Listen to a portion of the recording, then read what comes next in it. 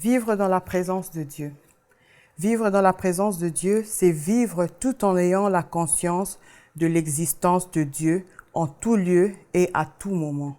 Comme la Bible nous le dit dans Hébreux 11, 6, « Or, sans la foi, il est impossible de lui être agréable, car il faut que celui qui s'approche de Dieu croit qu'il existe et qu'il est le rémunérateur de ceux qui le cherchent. » Donc, nous nous approchons de notre Dieu à travers la foi.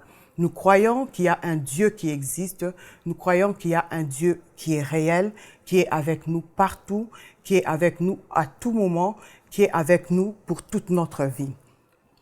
Nous voyons l'histoire des enfants d'Israël où le serviteur de Dieu Moïse veillait à ce qui est la présence de Dieu parmi le peuple. Il voulait garder la présence de Dieu, c'est pourquoi il avait dit « Si tu ne viens pas avec nous, nous n'irons pas ». Il voulait se rassurer que le Seigneur soit avec lui, car avec notre Dieu, nous avons la victoire. Si notre Dieu est dans notre camp, nous sommes plus que vainqueurs. Donc, les enfants d'Israël avançaient avec leur Dieu. Ils avançaient avec la présence de Dieu, car la présence de Dieu leur donnait tout ce qu'il fallait. Nous pouvons voir aussi l'histoire de cette femme, Anne, qui a été mortifiée pendant toute sa vie par sa rivale Pénina, qui avait des enfants et elle ne pouvait pas concevoir. Elle était stérile. Elle a souffert de toutes ces choses. Elle a souffert de ces moqueries. Elle a souffert du regard des autres. Mais à un moment, Anne s'est dit, je veux retourner dans la présence de Dieu. Elle est allée dans la présence de Dieu où nous pouvons lire cela dans 1 Samuel 1, le verset 12. Comme elle restait longtemps en prière devant l'Éternel, Élie observa sa bouche. La Bible nous montre qu'elle restait longtemps en prière devant l'Éternel. Elle était dans la présence de Dieu. Là-bas, elle est allée parler à son Créateur, à celui qui pouvait donner la solution pour son problème, à celui qui pouvait lui donner un enfant.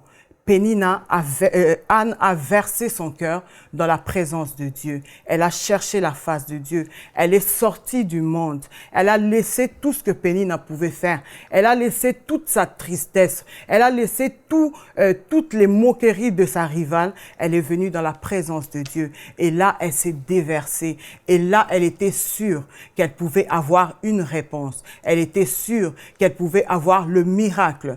Même si l'homme de Dieu l'avait pas compris, mais il y avait un Dieu quelque part qui la voyait et qui l'entendait. Et ce Dieu-là a répondu à Anne. Ce Dieu-là lui a donné un fils. C'est pourquoi je voudrais t'exhorter aujourd'hui, mon frère, ma sœur, à te rapprocher de Dieu. Dieu t'invite vers lui. Il a laissé son trône, il est venu vers toi. La Bible l'appelle Emmanuel, le Dieu parmi les hommes. Il est parmi nous. Il est là pour toi. Il est là dans ta famille. Il est là au travail. Il est là à l'école. Il est là dans ton église. Rapproche-toi de Dieu. Viens dans la présence de Dieu. C'est là que tu auras la vie. C'est là que tu auras la solution. C'est là que tu auras la paix. C'est là que tu auras la délivrance.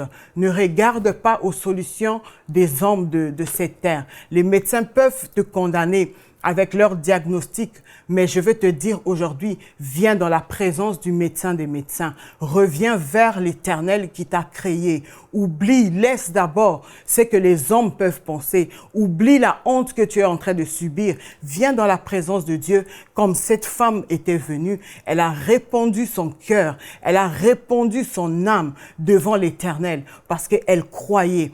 C'était à travers la foi, c'était à travers cette foi fervente qu'elle s'est approchée de Dieu. Elle a cru que Dieu pouvait étendre sa main. Elle a cru que Dieu pouvait faire quelque chose dans sa vie et le miracle est arrivé. Elle a eu Samuel qui a été le serviteur de Dieu. Je vais t'exhorter aujourd'hui à venir dans la présence de Dieu. Dieu t'appelle. Dieu te dit, viens dans ma présence et je te bénirai. La Bible nous montre, la Bible nous dit, heureux celui que Dieu choisit et qui l'admet dans la présence. Si tu as la vie, tu peux encore venir vers le Seigneur. Si tu as été déçu par le monde, déçu par ta famille, déçu par les amis, je t'invite à venir dans la présence de Dieu. Ce Dieu qui console, ce Dieu qui fortifie, ce Dieu qui vient avec le miracle.